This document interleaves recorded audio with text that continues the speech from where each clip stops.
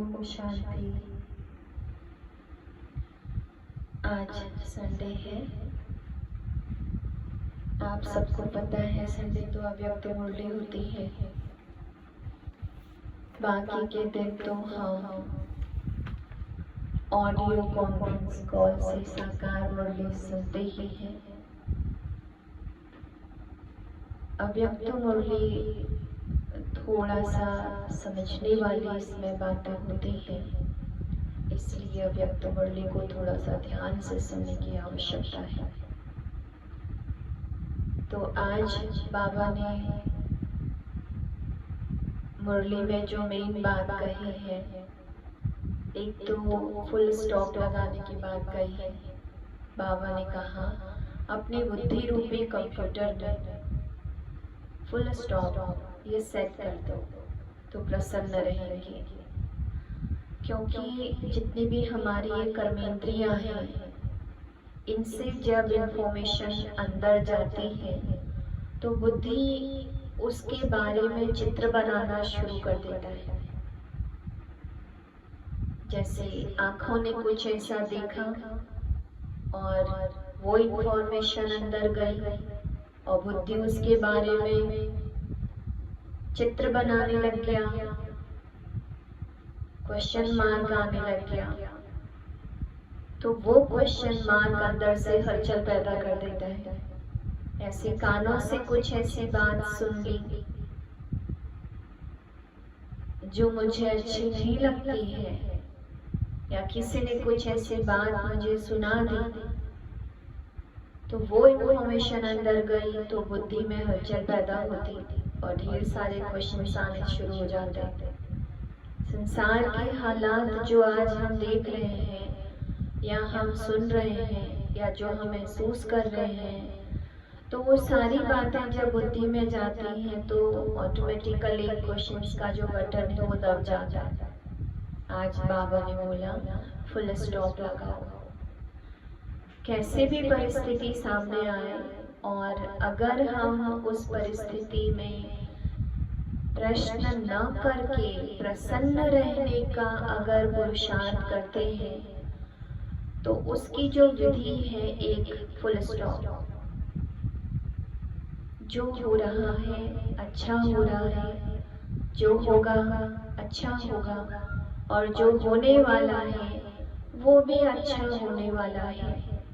अगर ये स्मृति अंदर है, अच्छा अच्छा अगर हम समझते जाएंगे तो फुल स्टॉप ऑटोमेटिकली हम लगा सकते हैं। तो मेन बात आज प्रसन्न रहने की विधि फुल स्टॉप। और दूसरी बात आज बाबा ने कही है कि अपने निश्चय को अखंड निश्चय बुद्धि बनो, अर्थात निश्चय खंडित ना हो। हालात मेरे अनुसार चल रहे हैं तो हम निश्चय बुद्धि हैं, और अगर हालात हमारे अनुसार नहीं चल रहे हैं तो बाबा पे संशय आ रहा है, या खुद पे संशय आ रहा है, या ब्राह्मण परिवार पे संशय आ रहा है, या ड्रामा पर संशय आ रहा है। बाबा ने 4 प्रकार के निश्चय की बात कही है। स्वयं पर निश्चय, बाबा पर निश्चय, ड्रामा पर निश्चय और ब्राह्मण परिवार पर निश्चय। 4 प्रकार के निश्चय की बात कही। और अगर किसी भी बात में अगर निश्चय खंडित होता है, अर्थात निश्चय में कमी होती है, तो विजयी नहीं बनते, क्योंकि कहा भी जाता है निश्चय बुद्धि विजयंती और संशय बुद्धि विनश्यंती। निश्चय बुद्धि की कितनी हम शास्त्रों में बातें सुनते हैं। हनुमान जी को राम जी पे विश्वास था, इसलिए जब जड़ी बूटी लेने के लिए गए तो सारी बूटियां एक जैसी दिखाई दे रही थी, तो वो जय श्री राम कह के वो पहाड़ी उठा के ले आए। तो उस निश्चय का जो बल उनके अंदर था, उससे उनके अंदर एक शक्ति का संचार हुआ और वो पूरा पहाड़ उठा के ले आए। निश्चय का बल कहते हैं। ये निश्चय का बल हम ब्राह्मण आत्माओं को आगे बढ़ाता है, इसलिए कभी भी निश्चय खंडित ना हो। अगली बात बाबा ने बोला कि स्नेह चाहिए। हम सभी ब्राह्मण भगवान की सर्वश्रेष्ठ रचना बनने का पुरुषार्थ कर रहे हैं। शिव बाबा ने नई दुनिया बनानी है और उस नई दुनिया के लिए उनको पवित्र आत्माएं चाहिए। और अभी संगम युग में वो परम पवित्र परमात्मा हम ब्राह्मण आत्माओं को पवित्र बना रहे हैं, मन वचन कर्म की पवित्रता। तो जितना जितना हमारे अंदर पवित्रता की धारणा होती जाएगी, हम पवित्र बनते जाएंगे, तो हम नई सतयुगी दुनिया में जाने के लायक बन जाएंगे। लेकिन उससे भी पहले आज बाबा ने स्नेह को महत्व दिया है। हमारा बाबा से प्यार चाहिए। भगवान से अगर प्यार होगा तो हमारा फिर औरों से भी स्नेह होगा।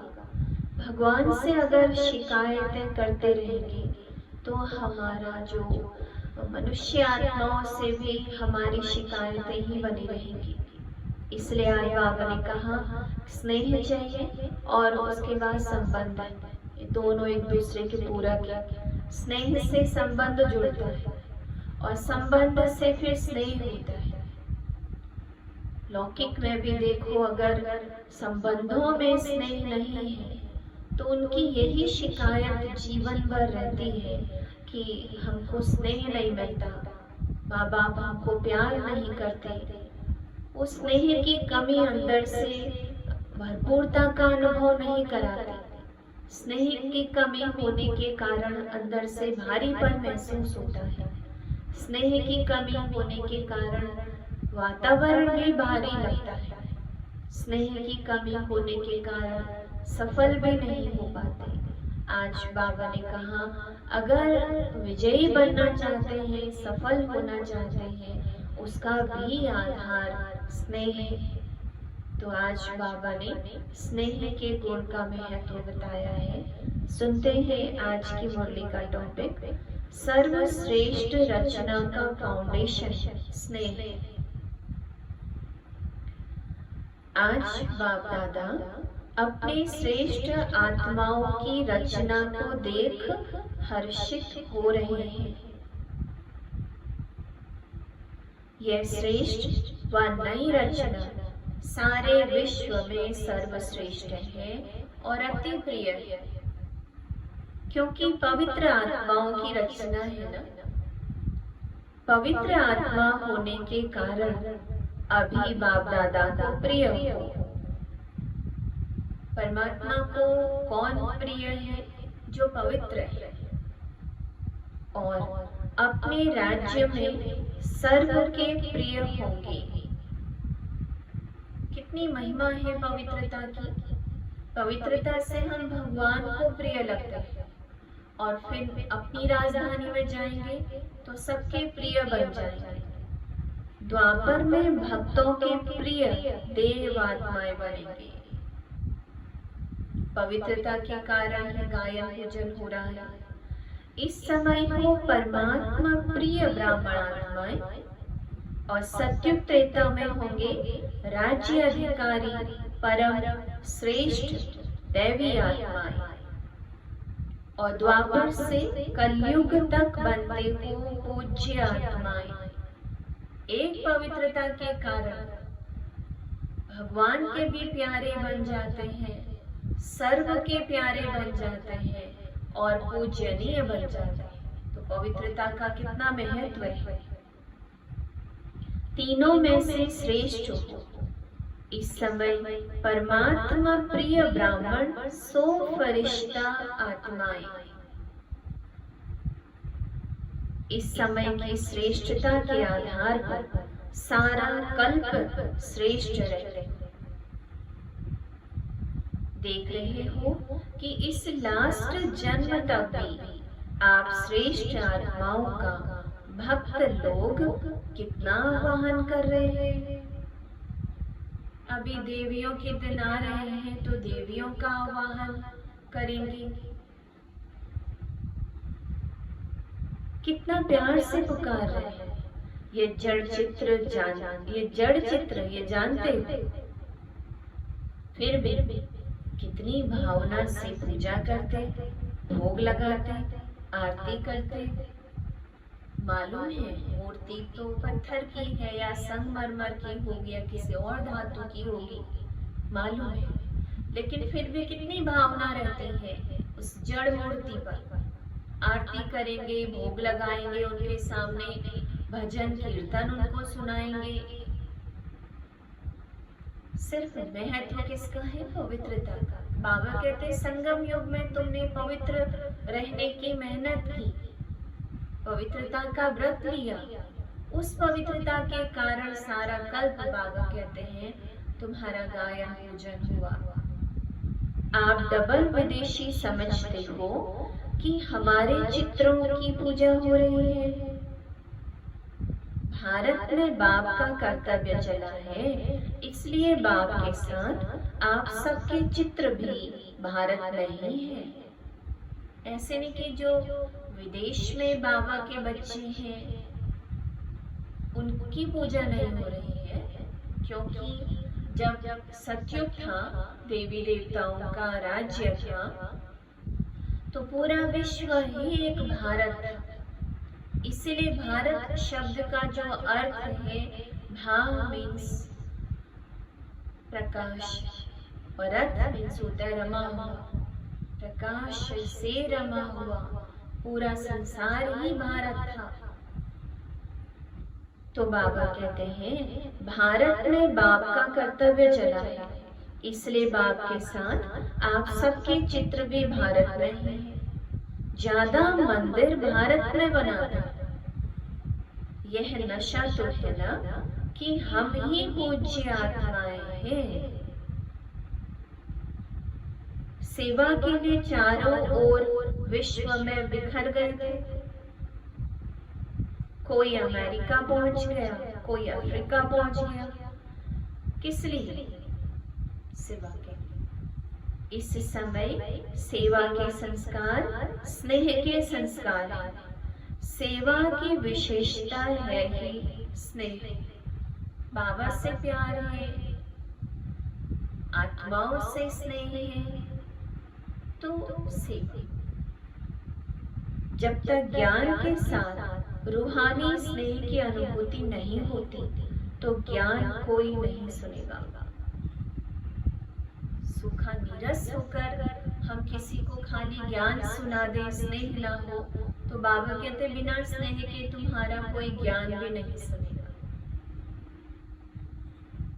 आप सब डबल विदेशी बाप के बने तो आप सबका फाउंडेशन क्या रहा? बाबा का स्नेह, परिवार का स्नेह, दिल का स्नेह, निस्वार्थ स्नेह। बाबा के घर में जो भी आते हैं या मधुबन जाते हैं, उनको क्या महसूस होता है? कितना निस्वार्थ स्नेह यहाँ मिलता है, कितना दिल के स्नेह की अनुभूति यहाँ होती है, ऐसा महसूस करते हैं। इसलिए श्रेष्ठ आत्मा बनाया, एक स्नेह ने श्रेष्ठ आत्मा बनाया। तो जोड़ने का साधन स्नेह। तो सेवा का पहला सफलता का स्वरूप है स्नेह। जब स्नेह में बाप के बन जाते हो तो फिर कोई भी ज्ञान की पॉइंट सहज स्पष्ट होती जाती है। जो स्नेह में नहीं आता वो सिर्फ ज्ञान को धारण कर आगे बढ़ने में समय भी लेता है, मेहनत भी लेता है, क्योंकि उनकी वृत्ति क्यों, क्या, ऐसा कैसे, इसमें अधिक चलती है। स्नेह न होने के कारण ज्ञान में भी बाबा कहते बहस करेंगे। ज्ञान में भी क्यों, क्या, ऐसे नहीं होना चाहिए, वैसे नहीं होना चाहिए, ऐसे उल्टे पुल्टे बाबा कहते क्वेश्चंस करते रहेंगे। और अगर स्नेह होगा तो सारे क्वेश्चन समाप्त हो जाएंगे। बाप का स्नेह आकर्षित करने के कारण क्वेश्चन करेंगे तो भी समझने के रूप से करेंगे। अनुभवी हो ना, जो प्यार में खो जाते हैं तो जिससे प्यार है उसको वह जो बोलेगा उनको वह प्यार ही दिखाई देगा। आज हम बाबा की डायरेक्शंस पर चलते हैं, बाबा की श्रीमत को फॉलो करते हैं, बाबा की शिक्षाओं को धारण करते हैं, क्योंकि हमारा बाबा से प्यार है। प्यार के कारण बाबा की हर बात अच्छी लगती है। तो सेवा का मूल आधार क्या है? स्नेह।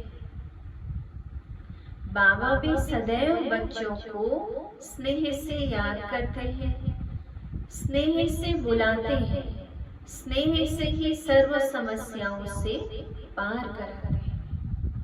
इतना प्यार से बाबा को पुकारते हैं। दिल का स्नेह अगर बाबा से है तो बाबा हमें सर्व समस्याओं से पार करा देते हैं। तो ईश्वरीय जन्म का, ब्राह्मण जन्म का फाउंडेशन क्या है? स्नेह।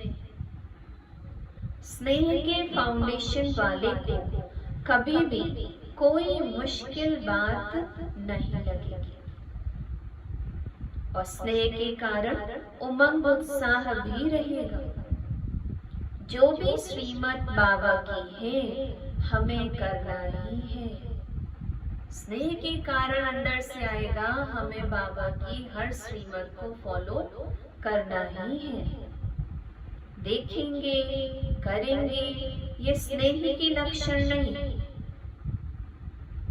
अगर स्नेह है तो स्नेही ने कहा और किया। बाबा के प्रति स्नेह चाहिए। बाबा ने मेरे प्रति कहा है और मुझे करना ही है। यह है स्नेही आशिक आत्माओं की स्थिति।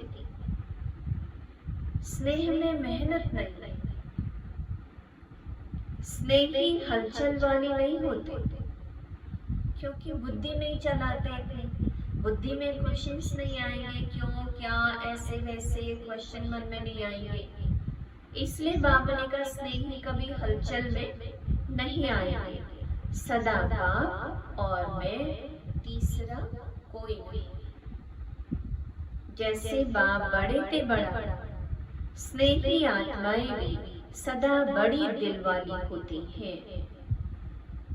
छोटी दिल वाले थोड़ी थोड़ी बात में मूझेंगे, छोटी बात भी उनको बड़ी लगेगी। बाबा से प्यार न होने के कारण अंदर से क्यों, क्या, कैसे, ये क्वेश्चंस पैदा होते हैं, जिससे छोटी छोटी बात भी उनको बड़ी लगती है। और अगर प्यार है, उमंग उत्साह अंदर है, तो बड़ी बात भी छोटी लगती है। बड़ी दिल वालों के लिए बड़ी बात छोटी हो जाएगी। तो ऐसे परवाने को जो क्षमा के ऊपर फिदा हो, पक्के परवाने। तो शिव बाबा है क्षमा और हम सब हैं नंबरवार परवाने। तो बाबा कहते हैं ऐसे स्नेही बन गए पक्के परवाने, जो क्षमा पर जल मरे। अच्छा, आज बाबा के सामने अमेरिका वाले बैठे। अमेरिका वालों को बाबा कहते हैं आ मेरे। अमेरिका वाले भी कहते हैं आ मेरे। बाबा ने कहा तुम मेरे हो, बच्चों ने कहा बाबा आप मेरे हो। ये विशेषता है ना। वृक्ष के चित्र में आदि से विशेष शक्ति के रूप में अमेरिका दिखाया हुआ है। कल्प वृक्ष के चित्र में अगर आप देखेंगे तो दो बिल्ले आपस में लड़े, बाबा कहते हैं, और माखन मिल गया भारत को। तो वो दो बिल्ले दिखाते हैं रशिया और अमेरिका। जब से स्थापना हुई है तो अमेरिका को बाबा ने याद किया है। विशेष पार्ट है ना। जैसे एक विनाश की शक्ति श्रेष्ठ, दूसरी क्या विशेषता है?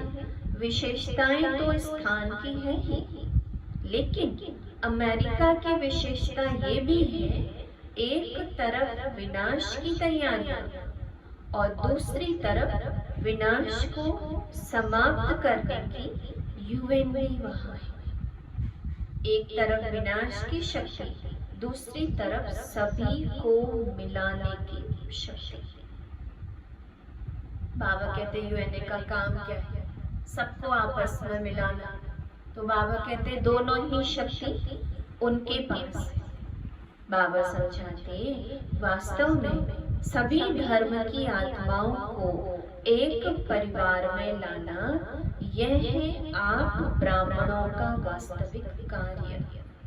वसुधैव कुटुंबकम ये शब्द हम सुनते हैं तो पूरे संसार की आत्माओं को एक परिवार के सूत्र में बांध देना।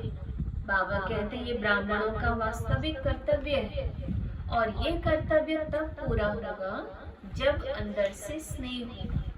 क्योंकि खाली ज्ञान सुनाने से थोड़ी ना परिवार की भासना आएगी। परिवार की भासना तब आती है जब स्नेह। आगे बाबा समझा रहे हैं अभी विदेश में अच्छी वृद्धि हो रही है और होनी भी है। बाप के बिछुड़े हुए बच्चे कोने कोने में जो छिपे हुए हैं वह समय प्रमाण संपर्क में आ रहे हैं। सभी एक दो से सेवा में उमंग उत्साह से आगे बढ़ रहे हैं।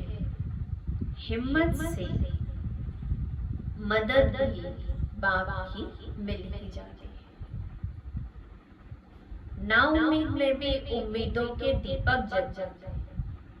दुनिया वाले सोचते हैं यह होना तो असंभव है, बहुत मुश्किल है, और लगन निर्विघ्न बनाकर उड़ते पंछी के समान उड़ाते पहुंचा देते हैं। तो डबल उड़ान से पहुंचे होना, एक है प्लेन, दूसरा है बुद्धि का विमान।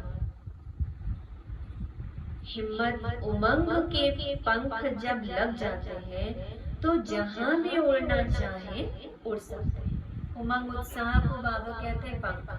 तो एक हिम्मत का पंख और एक उमंग का पंख। बच्चों की हिम्मत पर बाप दादा सदा बच्चों की महिमा करते हैं। हिम्मत रखने से एक से दूसरा दीपक जगते माला तो बन गई ना। मोहब्बत से जो मेहनत करते हैं उसका फल बहुत अच्छा मिलता है। ये सभी के सहयोग की विशेषता है। कोई भी बात हो तो पहले दृढ़ता और स्नेह का संगठन चाहिए। ये दो बातें, दृढ़ता और स्नेह का संगठन, उससे सफलता प्रत्यक्ष रूप में दिखाई देती है। दृढ़ता कलराठी जमीन में भी फल पैदा कर सकती है। कोई भी कार्य करने के लिए अंदर से अगर लगन हो और दृढ़ता हो तो वो दृढ़ता का जो गुण है वो कलराठी जमीन में भी बाबा कहते फल पैदा कर सकती है। आजकल साइंस वाले रेत में भी फल पैदा करने का प्रयत्न कर रहे हैं, तो साइलेंस की शक्ति क्या नहीं कर सकती है। जिस धरनी को स्नेह का पानी मिलता है वहाँ के फल बड़े भी होते हैं और स्वादिष्ट भी होते हैं। जिस घर में भी अगर सभी का आपस में प्यार है तो वो घर भी फलीभूत होता है, और अगर स्नेह नहीं है तो वो भी फलीभूत नहीं होता। आज बाबा स्नेह के गुण का महत्व बता रहे हैं। अब सतयुग में बड़े बड़े फल और टेस्टी भी अच्छे होते हैं क्योंकि सबका आपस में प्यार है। नेचर से भी प्यार है तो आत्माओं से भी प्यार है, जानवरों से भी प्यार, तो आत्मा में वो प्यार का गुण भरा हुआ है। तो आत्माओं में प्रेम का गुण होने के कारण प्रकृति भी जो फ्रूट्स दे रही है वो भी टेस्टी, क्योंकि आत्माओं का प्रभाव प्रकृति पर भी पड़ता है। तो बाबा कहते हैं भारत के फल छोटे होते लेकिन टेस्ट अच्छी होती है। फाउंडेशन तो सब यहाँ ही पड़ता है ना। जिस सेंटर पर स्नेह का पानी मिलता है वह सेंटर सदा फलीभूत होता है, सेवा में भी और साथियों में भी। स्वर्ग में शुद्ध पानी, शुद्ध धरती होगी, तब ऐसे फल मिलते हैं। जहाँ स्नेह है वहाँ वायुमंडल अर्थात धरनी श्रेष्ठ होती है। वैसे भी जब कोई डिस्टर्ब होता है तो क्या कहते हैं, मुझे और कुछ नहीं चाहिए, मुझे सिर्फ स्नेह चाहिए। तो डिस्टर्ब होने से बचने का साधन भी स्नेह है। बाप दादा को सबसे बड़ी खुशी इस बात की है कि खोए हुए बच्चे फिर से आ गए। 5000 साल से बिछड़े हुए बच्चे फिर से बाप के बन गए। अगर आप वहां नहीं पहुंचते तो सेवा कैसे होती। इसलिए बाबा कहते पूरे संसार में बाबा के बच्चे फैले। किस लिए गए? सेवा के लिए। तो ये बिछुड़ना भी कल्याणकारी हो गया और मिलना तो है ही कल्याणकारी। अपने अपने स्थान पर सब अच्छे उमंग से आगे बढ़ गए।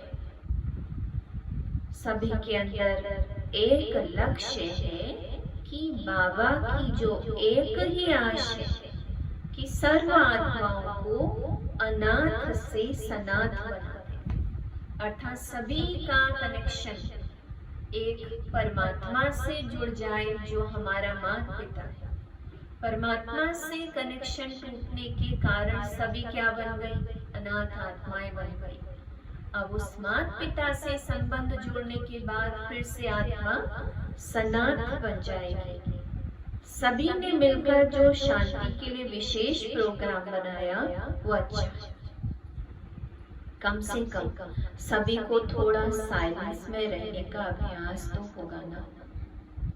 अगर कोई सही रीति से 1 मिनट भी साइलेंस का अनुभव करे तो वह 1 मिनट भी साइलेंस का अनुभव बार बार उनको स्वतः ही खींचता रहेगा, क्योंकि सबको क्या चाहिए? शांति। जिससे भी पूछो शांति चाहिए, लेकिन विधि नहीं आता और संग नहीं मिलता। जबकि शांत प्रिय सब आत्माएं हैं, तो ऐसे आत्माओं को शांति की अनुभूति होने से स्वतः आकर्षित होते रहेंगे। हर स्थान पर जो जहाँ रहता है, अपने अपने विशेष कार्य करने वाले अच्छी निमित्त बनी हुई श्रेष्ठ आत्माएं, तो कमाल करना कोई बड़ी बात नहीं है। तो क्या करना है? 1 मिनट भी अगर हम उस साइलेंस का अनुभव करते हैं तो बाबा कहते हैं उस शांति के आधार से मन अंदर से चैन और सुकून का अनुभव करेगा। जिस चीज को हम ढूंढ रहे हैं उसका हम अनुभव कर पाएंगे। जिस चीज की हमें खोज है उस चीज की अनुभूति आत्मा खुद करेगी। फिर बाबा कहते हैं सदा अमर भाव की वरदानी आत्माएं होना, ऐसा अनुभव करते हैं। सदा वरदानों से पलते हुए आगे बढ़ रहे हो ना, ऐसा महसूस हो कि मैं परमात्मा की वरदानों में पलने वाली आत्मा हूँ, जिनका बाबा से अटूट स्नेह है। उस स्नेह को कोई तोड़ ना सके। वह अमर भाव की वरदानी है, सदा बेफिक्र बादशाह, क्योंकि जिससे प्यार है उस पर इतना निश्चय होने के कारण अंदर की स्थिति भी बेफिक्र बादशाह की बन जाती है। किसी भी कार्य के निमित्त बनते भी बेफिक्र रहना, यही विशेषता है स्नेह की। क्योंकि जिससे स्नेह है उसकी रिस्पॉन्सिबिलिटी है।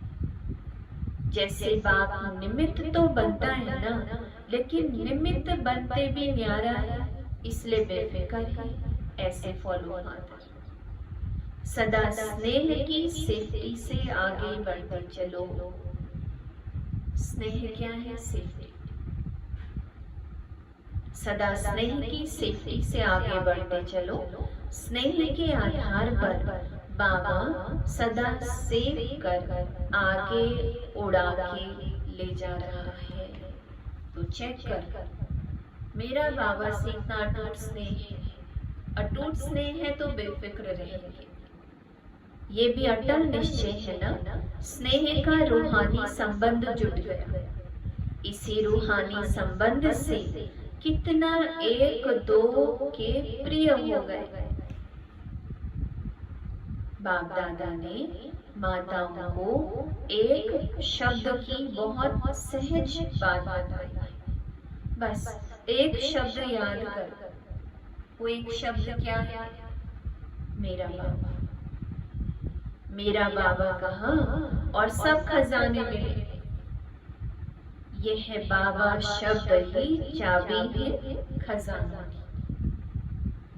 बाबा कहते हैं माताओं को चाबियां संभालना आता है ना, तो बाप दादा ने चाबी दे दी। जो खजाना चाहे वो ले लो। एक खजाने की चाबी नहीं है, सभी खजानों की चाबी है ना। बस बाबा बाबा बाबा करते रहो तो अभी भी बालक सो मालिक और भविष्य में भी मालिक। सदा इसी खुशी में नाचते रहो। तो कौन सी चाबी? मेरा बाबा। और इस मेरा बाबा शब्द रूपी चाबी को बाबा ने का संभाल के रखना, कहीं माया की नजर इस चाबी में न पड़ जाए। और एक खजाने में बाबा ने का सारे खजानों की चाबी। इसलिए क्या करो? खुशी में नाचो। अच्छा, आज तो बाबा ने वरदान दिया है, निश्चय की अखंड रेखा द्वारा नंबर 1 भाग्य बनाने वाले विजय के तिलकधारी भव। कौन सी रेखा? निश्चय की। जो निश्चय बुद्धि बच्चे हैं वो कभी कैसे व ऐसे के विस्तार में नहीं जाते। उनके निश्चय की अटूट रेखा अन्य आत्माओं को भी स्पष्ट दिखाई देती है। उनके निश्चय की रेखा की लाइन बीच बीच में खंडित नहीं होती। ऐसी रेखा वाले के मस्तक में अर्थात स्मृति में सदा विजय का तिलक नजर आएगा। वे जन्मती ही सेवा की जिम्मेवारी के ताजधारी होंगे। सदा ज्ञान रत्नों से खेलने वाले होंगे। सदा याद और खुशी के झूले में झूलते हुए जीवन बिताने वाले होंगे। अखंड निश्चय बुद्धि वाले जो बच्चे हैं उनकी बाबा ने निशानी बताए।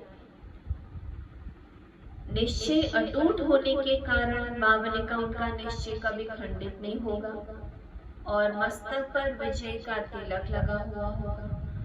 बाबा का बनते ही सेवा की जिम्मेवारी उनको मिलेगी, जिम्मेवारी का ताज उनको मिलेगा और सदा वो ज्ञान रत्नों से खेलते रहेंगे और सदा याद और खुशी के झूले में झूलते रहेंगे।